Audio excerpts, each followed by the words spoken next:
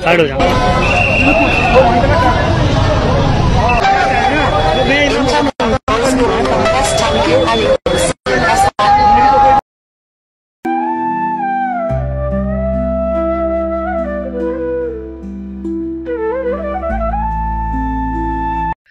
त्रेता युग में एक राक्षस हुआ कालनेमी, रावण का प्लांट किया हुआ राक्षस।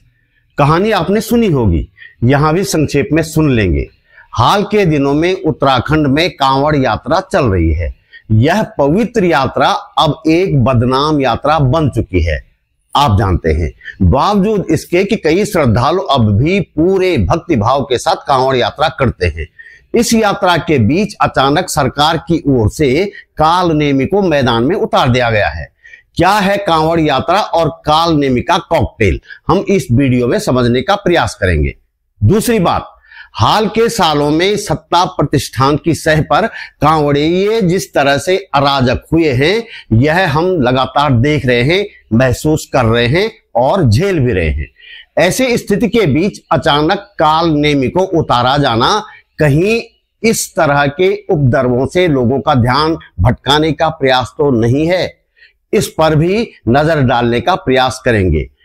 इस सवाल पर हम सबको सोचने की जरूरत है, इसलिए वीडियो अंत तक जरूर देखिएगा।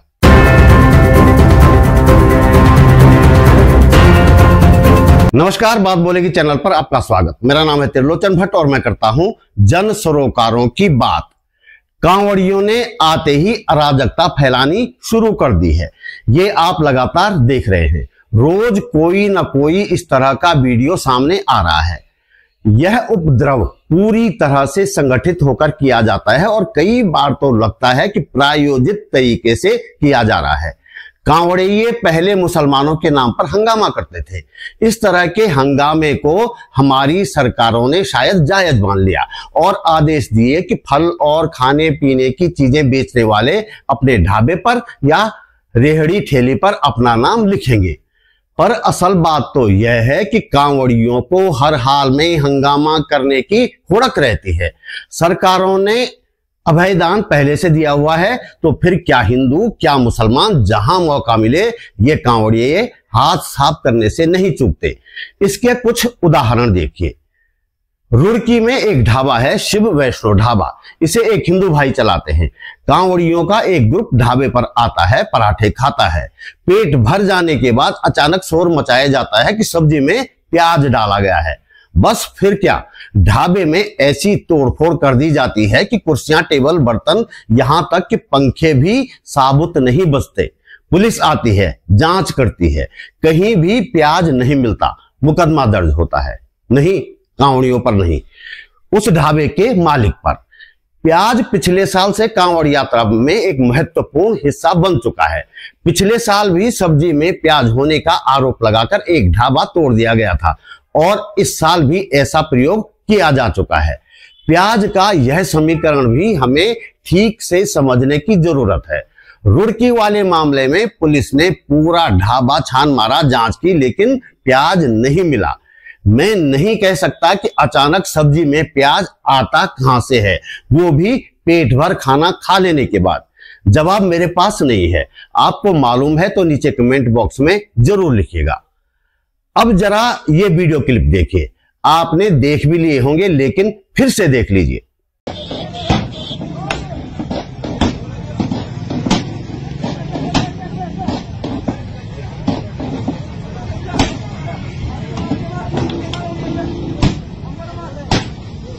देखो बस इसे तोड़ने की पूरी कोशिश कर रहे हैं और पूरी तरह से ये गाड़ी का नाश कर दिया। भाई लड़के बड़ी मुश्किल से बचाकर उसकी जान बचा भागे। ये देखो भाई, ये देखो, ये देखो, ये देखो।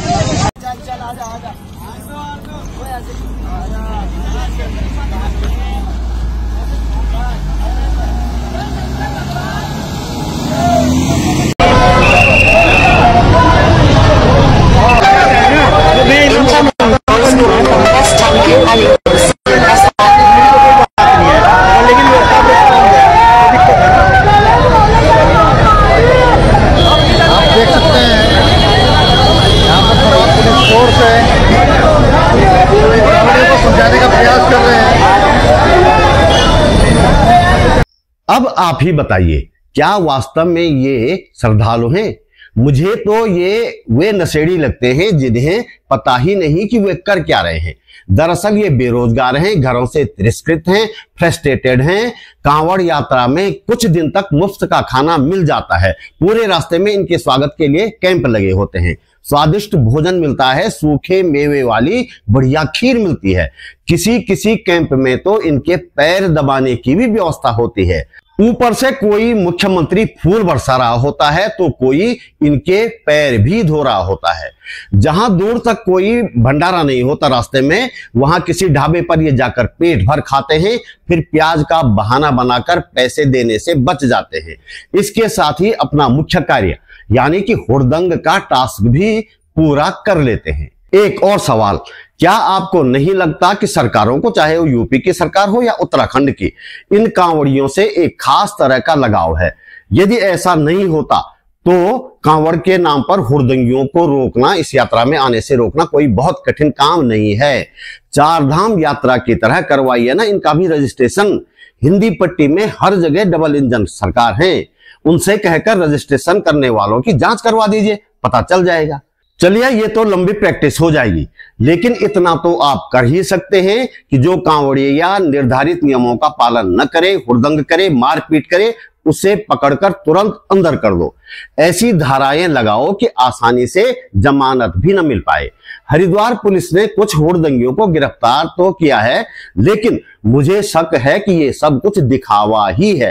यदि पुलिस सचमुच कांवड़िया बने इन अराजक तत्वों के प्रति गंभीर होती तो रुड़की में ढाबा तोड़ने वाला एक एक हुड़दंगी भी जेल में होता और गाड़ियों को तोड़ने वाले भी, पर दुर्भाग्य से ऐसा नहीं हुआ।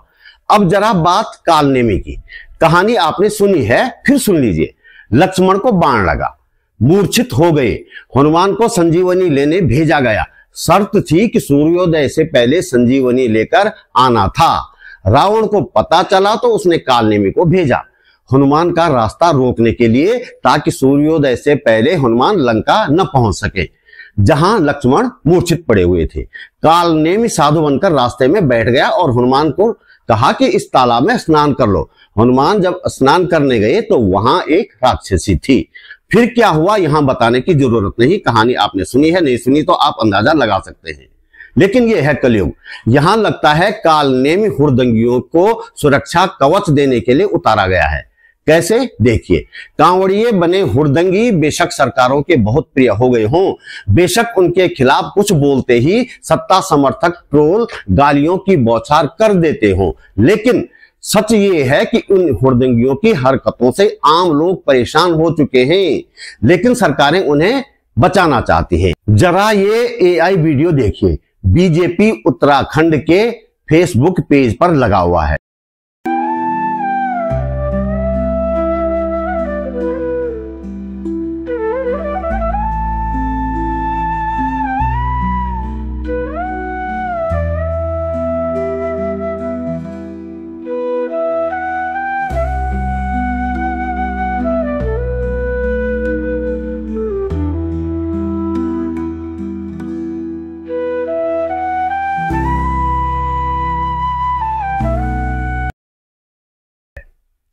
मतलब साफ है कि सरकार इनके कुकर्मों पर ध्यान देने के बजाय इनका फूल बिछाकर स्वागत करने पर आमादा है, लेकिन लोग परेशान हैं।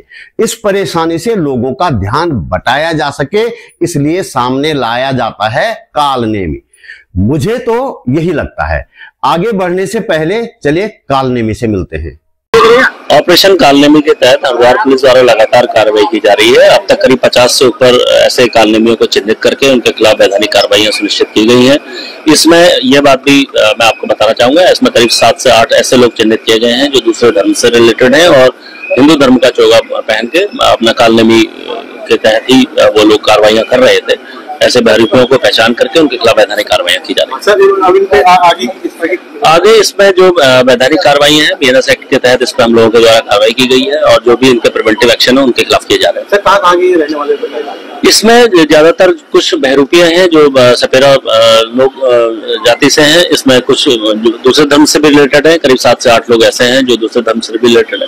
सर, ये कार्रवाई मेरा कहना सिर्फ इतना है कि ये बाबा बने ठग आज अचानक पैदा नहीं हुए हैं और अपने अपने घरों या ठियों पर ही रहते हैं। ऑपरेशन काल नेमी कांवड़ यात्रा से पहले भी चलाया जा सकता था और कांवड़ यात्रा के बाद भी चलाया जा सकता है, लेकिन अचानक कांवड़ यात्रा के बीच में इस तरह का ऑपरेशन चलाया जाना सवाल तो खड़े करता ही है। मैं अपनी बात यहीं समाप्त कर रहा हूं। वीडियो खत्म करने से पहले एक अनुरोध, आप महसूस करते हैं कि इस वीडियो को बनाने में मैंने थोड़ी बहुत मेहनत की है और आपको इससे कुछ काम की जानकारी मिली है, तो वीडियो को लाइक करें, कमेंट करें और हो सके तो शेयर भी करें। पहली बार आप मेरे चैनल पर आए हैं तो चैनल सब्सक्राइब अवश्य करें।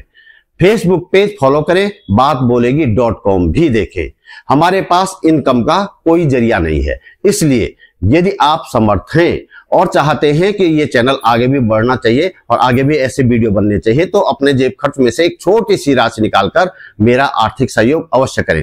आप YouTube पर वीडियो के नीचे ज्वाइन बटन पर जाकर या सुपर थैंक्स पर जाकर मेरा सहयोग कर सकते हैं। डिस्क्रिप्शन में बैंक डिटेल भी है। जल्दी मिलते हैं एक और मुद्दे के साथ एक और वीडियो में। नमस्कार।